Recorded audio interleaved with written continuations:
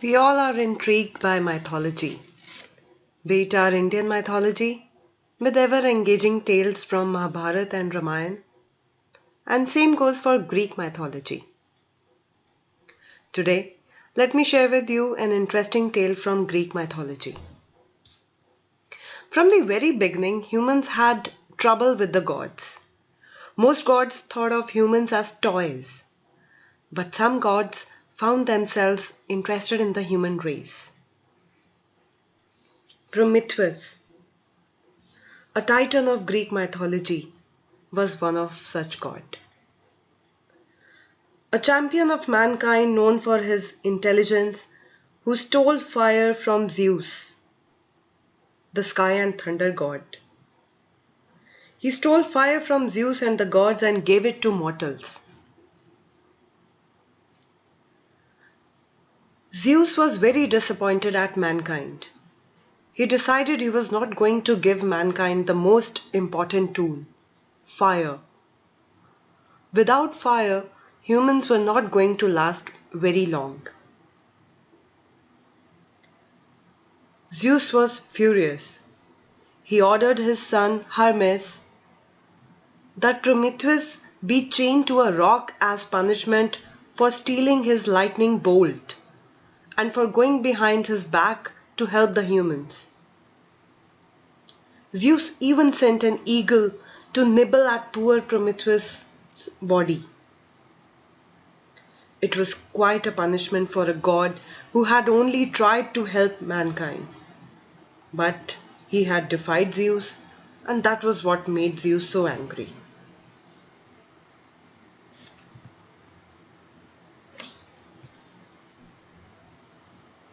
Although Prometheus was chained to a rock as punishment for his theft of fire from the gods, and a vulture pecked at his liver each day, yet he survived.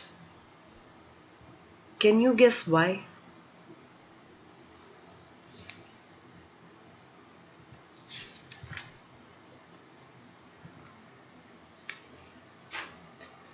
Liver cells are always in a quiescent stage of the cell cycle, that is G0 phase. And up to 90% of the human liver can be removed. The remaining liver cells are stimulated to re-enter the cell cycle and divide, regenerating a mass equivalent to the original mass of the liver within a few weeks. How fascinating is that? No wonders myth of Prometheus indicates that the capacity of the liver to regenerate was recognized even in most ancient of the times.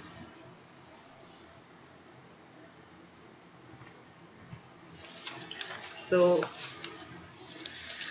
with an interesting story to start the lecture with, we'll talk about cell cycle today. It will be a short lecture. And coming to the usual business of telling you the competency covered and specific learning objectives.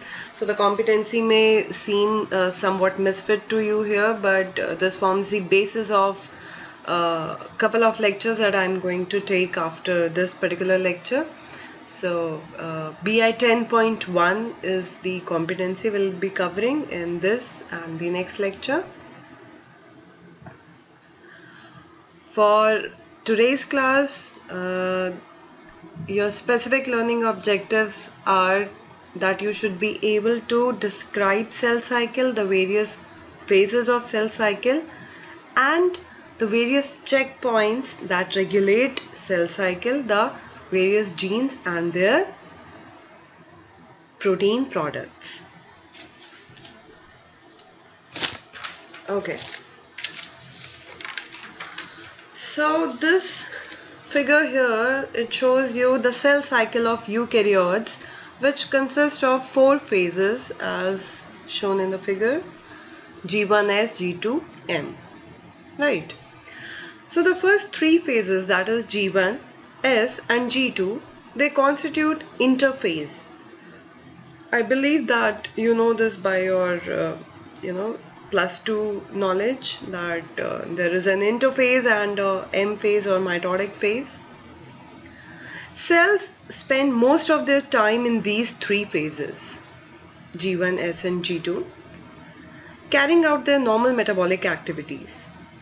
The fourth phase is mitosis, that is the process of cell division, and this phase is very brief.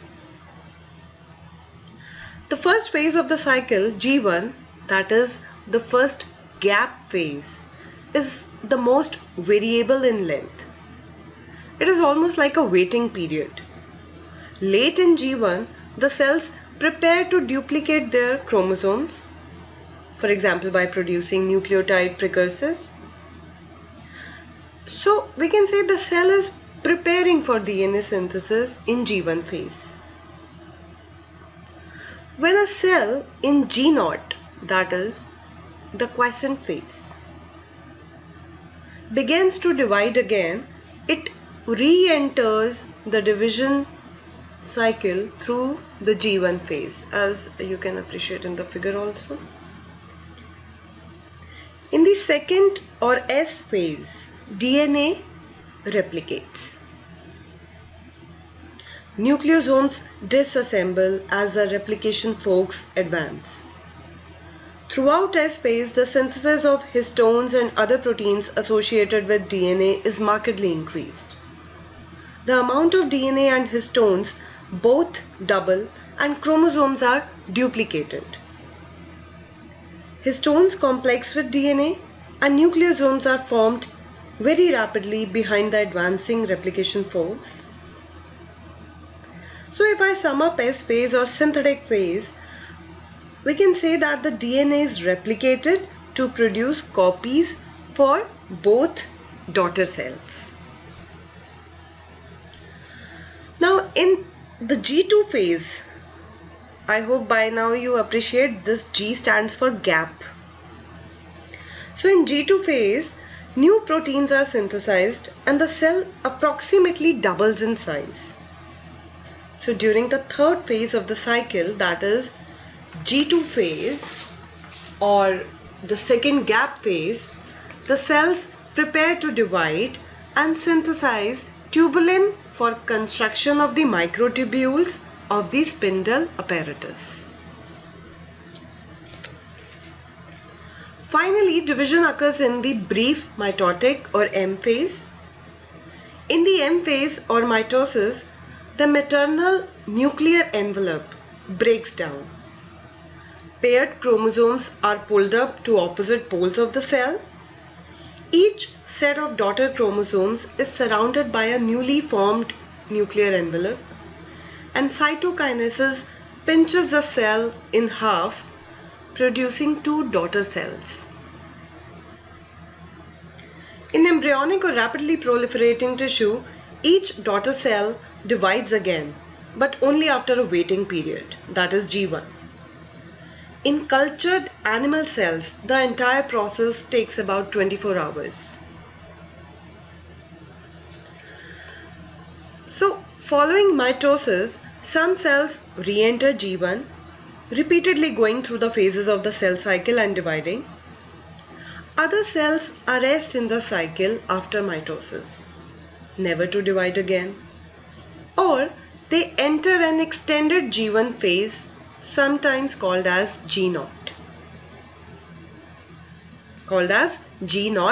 In which they remain quiescent, they remain quiet, but they are metabolically active for long periods of time. Upon the appropriate signal, cells in G0 are stimulated to re-enter the cell cycle and divide. That is what we saw in the story that I told you, that liver has a tremendous capacity to regenerate. Differentiated cells such as hepatocytes or adipocytes, they have acquired their specialized function and form. So they remain in the G0 phase. Now there is something called stem cells. That is kind of homework for you. I leave it to you. So please read about what are stem cells. and come back. Okay, so when I am telling you about G0 phase, let me introduce you one more term. So okay, let me define you what is a quiescent cell here. So a quiescent cell, while not participating in the cell cycle, it can be induced to re-enter the cell cycle by a mitotic stimulus, such as an increase in the concentration of a growth factor in its external environment. On the other hand, there is something called a senescent cell. Senescence means something that is aged, something that is dying. So a senescent cell, it cannot re-enter the cell cycle even in the presence of mitotic growth factors.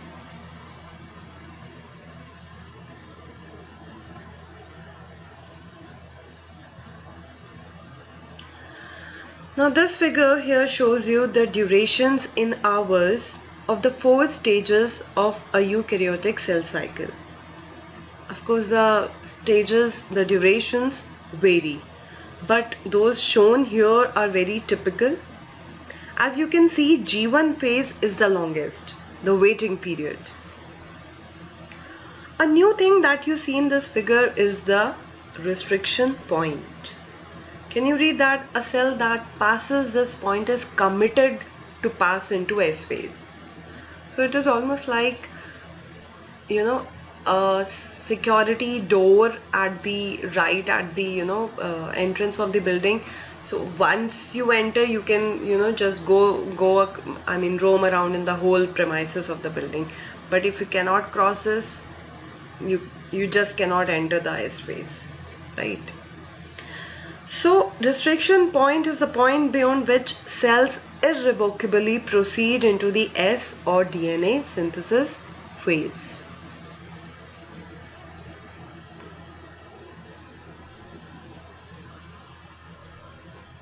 Moving to the next slide. So this figure here shows how progress through the mammalian cell cycle is continuously monitored via multiple cell cycle checkpoints. DNA, chromosome and chromosome segregation integrity is continuously monitored throughout the cell cycle. If DNA damage is detected in either the G1 or the G2 phase, if the genome is incompletely replicated, for example in S phase, or if normal chromosome segregation machinery is incomplete, that is maybe a defective spindle formation, cells will not progress through the phase of the cycle in which defects are detected.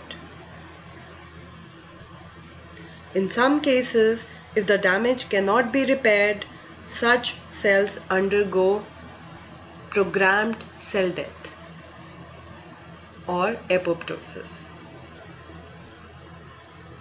So it is almost like our body has a defense. If you manufacture defective cells, it won't keep them, it would destroy them, and it would do it with the most peaceful way, that is programmed cell death. We'll read about apoptosis in much detail in the next lecture that I take for you guys. So moving to the next slide here.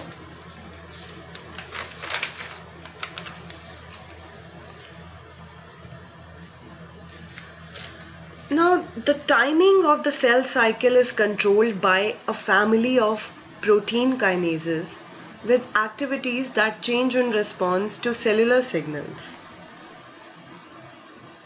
By phosphorylating specific proteins at precisely timed intervals, these protein kinases orchestrate the metabolic activities of the cell to produce orderly cell division. The kinases, the protein kinases, the family of protein kinases, which is playing the whole orchestra or controls the whole orchestra, these are heterodimers with a regulatory subunit, a cyclin, and a catalytic subunit that is a cyclin-dependent protein kinase. So there is a regulatory subunit called cyclin, and there is a catalytic subunit called cyclin-dependent protein kinase. Now onwards I'll call it CDK, the catalytic subunit.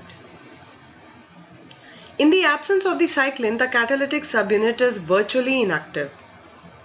When the cyclin binds, the catalytic site opens up, a residue essential to catalysis becomes accessible, and the protein kinase activity of the catalytic subunit increases like 10,000-fold.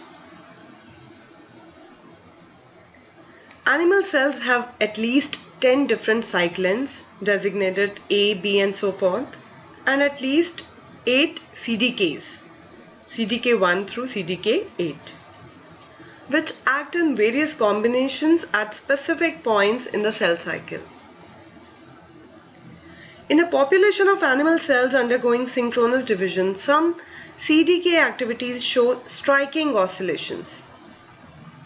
And these oscillations are the result of 4 mechanisms for regulating CDK activity. What are those 4 mechanisms? Phosphorylation or dephosphorylation of the CDK,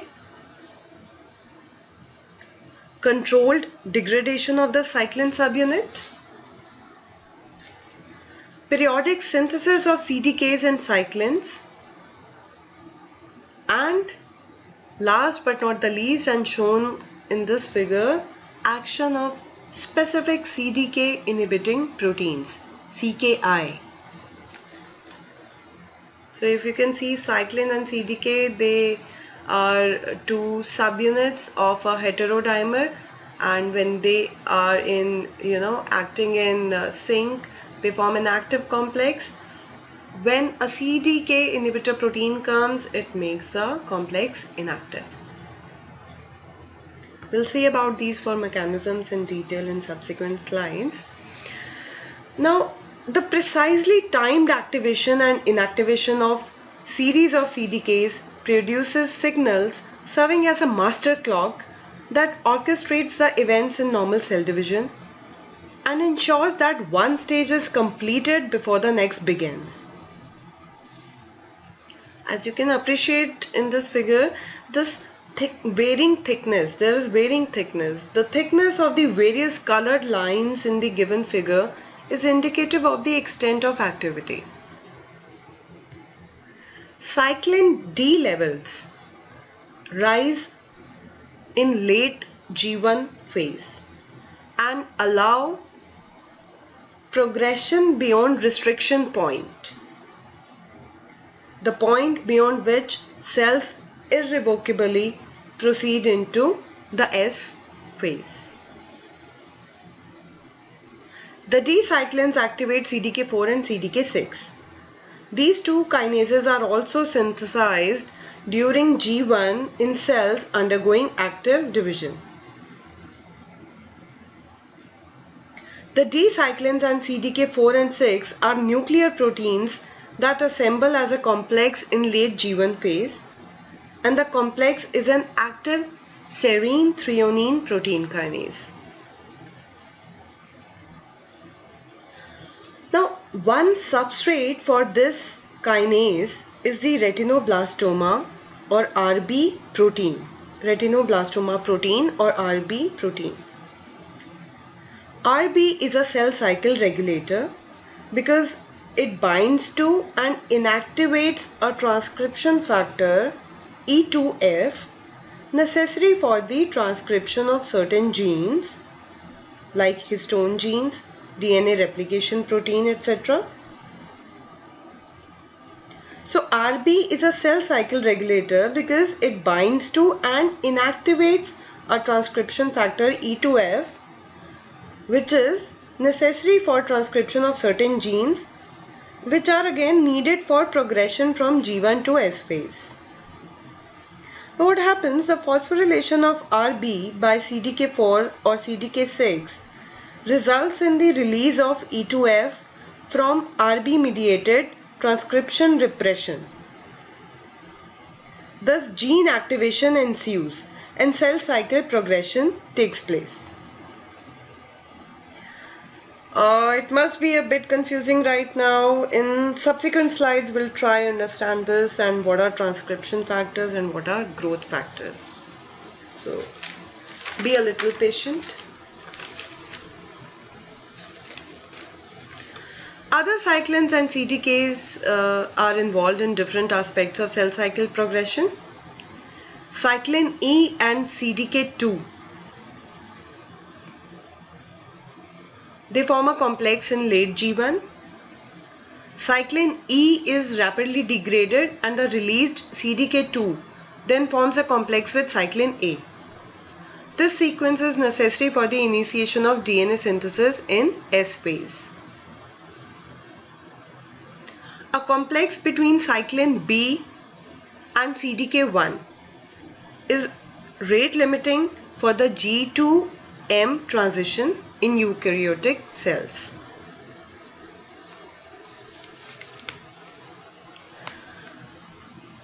Many of the cancer-causing viruses or the oncoviruses like hepatitis C virus and cancer-inducing genes, what we know them as oncogenes, they are capable of alleviating or disrupting the apparent restriction that normally controls the entry of mammalian cells from G1 into the S phase. From this, one can surmise that excessive production of a cyclin, loss of a specific CDK inhibitor, or production or activation of a cyclin or CDK at an inappropriate time might result in abnormal or unrestrained cell division. I'll repeat. Either there could be excessive production of a cyclin, or there is loss of a specific CKI, or production or activation of a cyclin or CDK at an inappropriate time. This might result in abnormal cell multiplication, right? Giving rise to a stage called cancer. Now, something more about regulation. The activity of cyclin CDK complex is further regulated through inhibitory proteins, as I told you, called cyclin dependent kinase inhibitors or CKIs.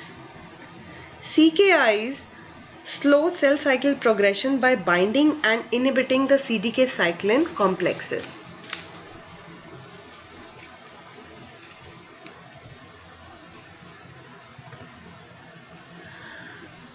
This is recapitulation of what we just studied, but a useful figure that you can reproduce in exams if you are asked about cyclins and cyclin dependent kinases, or even if asked about regulation of cell cycle. So cyclin E CDK2 activity peaks near the G1 phase S phase boundary, G1S boundary, when the active enzyme triggers synthesis of enzymes required for DNA synthesis. Cyclin A CDK2 activity rises during the S and G2 phases, then drops sharply in the M phase as cyclin B CDK1 peaks. Cyclin D, not shown in the figure here, it is active as long as growth factor is present.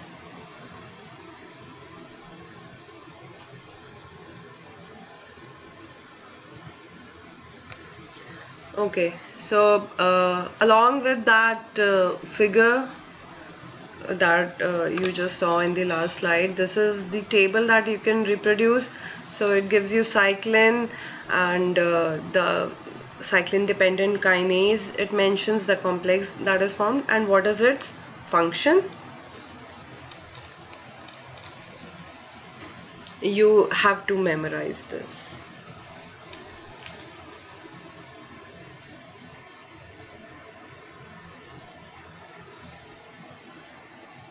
Okay.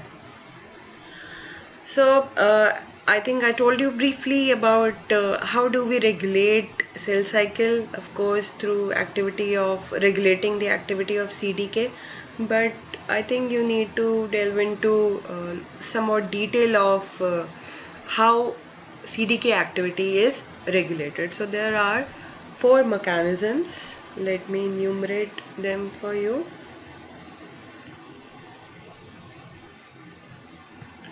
So first is regulation of CDKs by phosphorylation and dephosphorylation. Second is controlled degradation of cyclin, which could be ubiquitin mediated degradation. Third is role of growth factors that stimulate CDK and cyclin synthesis. And last but not the least, inhibition of CDKs by certain inhibitory proteins called CKIs. So the first mechanism, not going into much detail of it, how phosphorylation, dephosphorylation at different amino acid residues takes place, but briefly about it. So the activity of a CDK is strikingly affected by phosphorylation and dephosphorylation of 2 critical residues in the protein, and the combination of these factors activates the CDK manifold. And what happens? This allows them to phosphorylate the further downstream protein targets which are critical for the progression of the cell cycle. Now the second mechanism, that is controlled degradation of cyclin. Highly specific and precisely timed proteolytic breakdown of mitotic cyclins. This regulates CDK activity throughout the cell cycle. If you have read the life cycle of a protein, you must be knowing every protein has a lifespan, after which it has to undergo breakdown. And there are various mechanisms. One of them is ubiquitin mediated proteolysis. So what happens? Progress through mitosis, it requires first the activation, then the destruction of cyclins A and B, which activate the catalytic subunit of the M phase CDK. And these cyclins, they contain near their amino terminus this particular sequence, which is called the destruction box, which targets the proteins for degradation. This sequence, that is called destruction box recognizing protein, the protein DBRP. The protein DBRP recognizes this particular amino acid sequence and initiates the process of cyclin degradation by bringing together the cyclin and another protein called ubiquitin. The cyclin and activated ubiquitin, they are covalently joined by the enzyme ubiquitin ligase. And now more ubiquitin molecules are joined, and the whole complex goes through proteasome, which is a to degrade the protein. There is whole complex which is formed. I'm sure you'll read about this in signal transduction and sorting of proteins. And once the protein passes through the proteasome, the cyclin is degraded. So the first mechanism was regulation of CDKs by phosphorylation and dephosphorylation. Second was controlled degradation of cyclin. Moving to the third mechanism for changing CDK activity is the regulation of the rate of synthesis of the cyclin or CDK, or both. Extracellular signals such as growth factors and cytokines. Cytokines are developmental signals that trigger cell division. So the growth factor and cytokines, they activate by phosphorylation the nuclear transcription factors Jun and Phos. I'll repeat. Extracellular signals such as growth factors and cytokines activate by phosphorylation the nuclear transcription factors Jun and Phos, which promote the synthesis of many gene products including cyclins, CDKs, and the transcription factor E2F. In turn, E2F stimulates, E2F is an elongation factor. In turn, E2F stimulates production of several enzymes essential for the synthesis of deoxynucleotides and DNA, and the CDK and cyclin allow the cell to enter the S phase.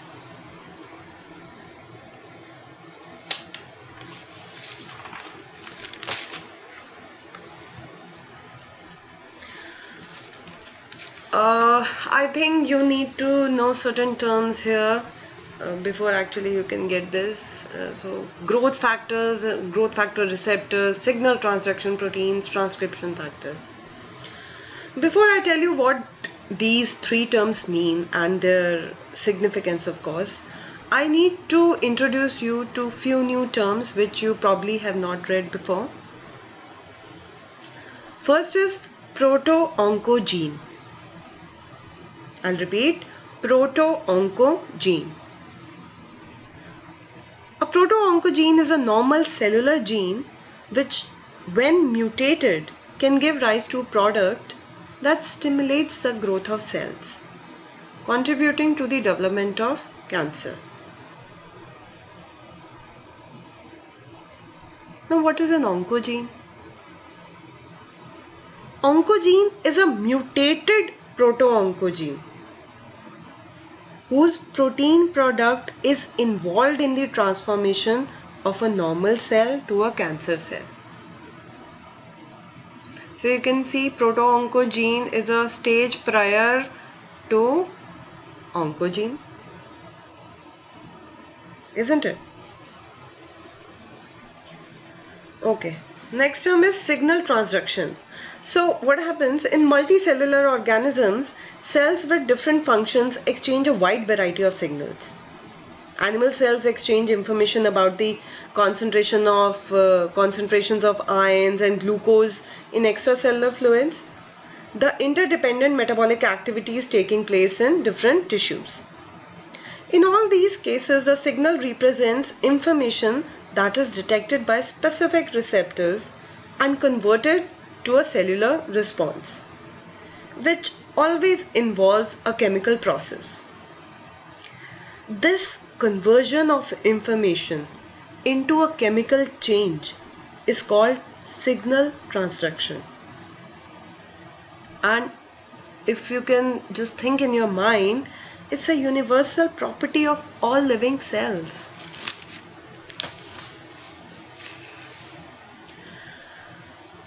Now coming back to how growth factors stimulate CDK and cyclin synthesis. So growth factors are a variety of polypeptides secreted by many normal and tumor cells. These molecules act via autocrine fashion, that is, they affect the cells that produce the growth factor, paracrine fashion, that is affecting the neighboring cells, or endocrine, that means they travel in the blood to affect distant cells. So these are the three modes by which growth factors act. They stimulate proliferation of target cells via interactions with specific receptors. The genes for both growth factors and growth factor receptors are proto-oncogenes. Growth factors generally regulate growth by serving as ligands that bind to cellular receptors located on the plasma membrane or the cell surface receptors. Binding of ligands to these receptors stimulates a signal transduction pathway in the cell that activates the transcription of certain genes. If too much of a growth factor or a growth factor is produced, the target cells may respond by proliferating inappropriately. Growth factor receptors may also become oncogenic through translocation or point mutations in domains that affect binding of the growth factor, dimerization, kinase activity, or some other aspect of their signal transmission. In such cases, the receptor transmits a proliferative signal even though the even though the growth factor normally required to activate the receptor is absent. In other words, we can say the receptor is stuck in the on position. Okay, coming to the second list here, that is signal transduction proteins. I'll not talk about these in detail here because you'll read about them in signal transduction. For now, just remember that all of the proteins in growth factor signal transduction cascades are coded for by proto-oncogenes. For example, the monomeric G protein, RAS, RAS, G protein RAS. RAS, when it is active, eventually leads to activation of MAP kinase, mitogen activated protein kinase, MAP kinase, resulting in the phosphorylation of cytoplasmic and nuclear proteins, followed by increased transcription of the transcription factor,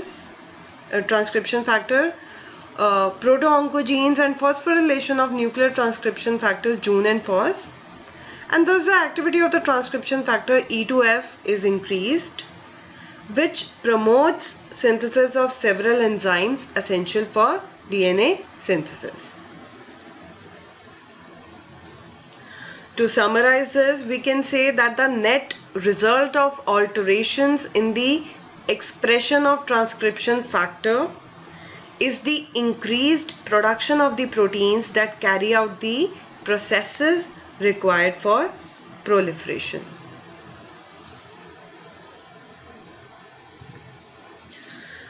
Okay, so the last mechanism for regulating CDK activity is inhibition of CDKs.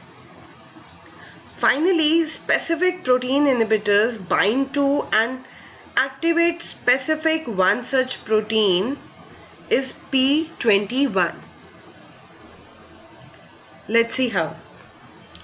So this figure here shows how the passage of a cell from G1 phase to S phase is regulated by phosphorylation of retinoblastoma protein PRB. Transcription factor E2F promotes transcription of genes for certain enzymes essential to DNA synthesis. The retinoblastoma protein, or the PRB, it can bind E2F, as you can see in the lower left corner here. PRB can bind E2F, inactivating it and preventing transcription of these genes. Now, phosphorylation of PRB by CDK2 prevents it from binding and inactivating E2F. I'll repeat. Phosphorylation of PRB by CDK2 prevents it from binding and inactivating E2F, and the genes are transcribed, allowing cell division. Damage to the cell's DNA, as you can see in the upper left corner here, damage to the cell's DNA triggers a series of events that inactivate CDK2, blocking cell division. When the protein mRNA detects damage to the DNA, it activates the two protein kinases ATM and ATR. What they do? They phosphorylate and activate the transcription factor P53.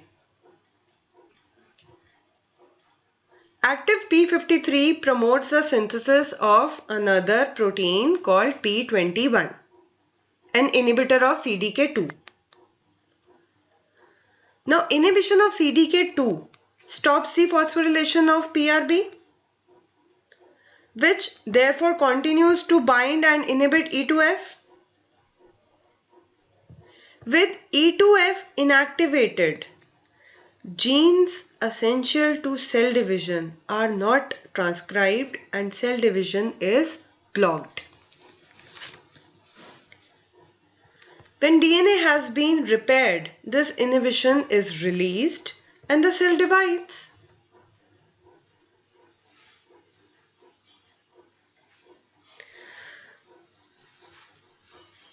So, to summarize this, I can say that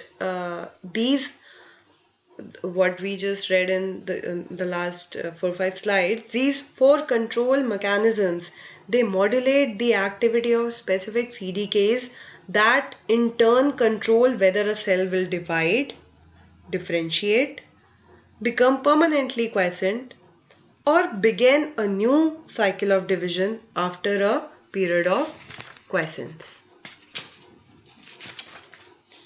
This finishes the lecture on cell cycle and its regulation. I'll summarize it for you. So the progression through the cell cycle is regulated by cyclin-dependent kinases. They act at specific points in the cycle, phosphorylating key proteins and modulating their activities. And the catalytic subunit, that is cyclins, is inactive unless associated with the regulatory cyclin subunit.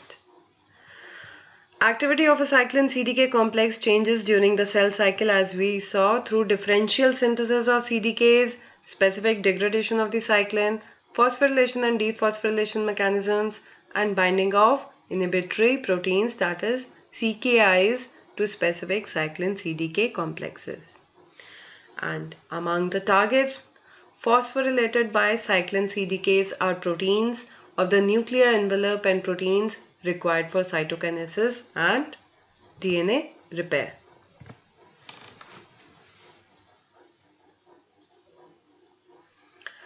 Thank you, and I'll continue with the lecture on programmed cell death and cancer. This was a short lecture, but the next one will be a little longer, so be patient and bear with me. Thank you.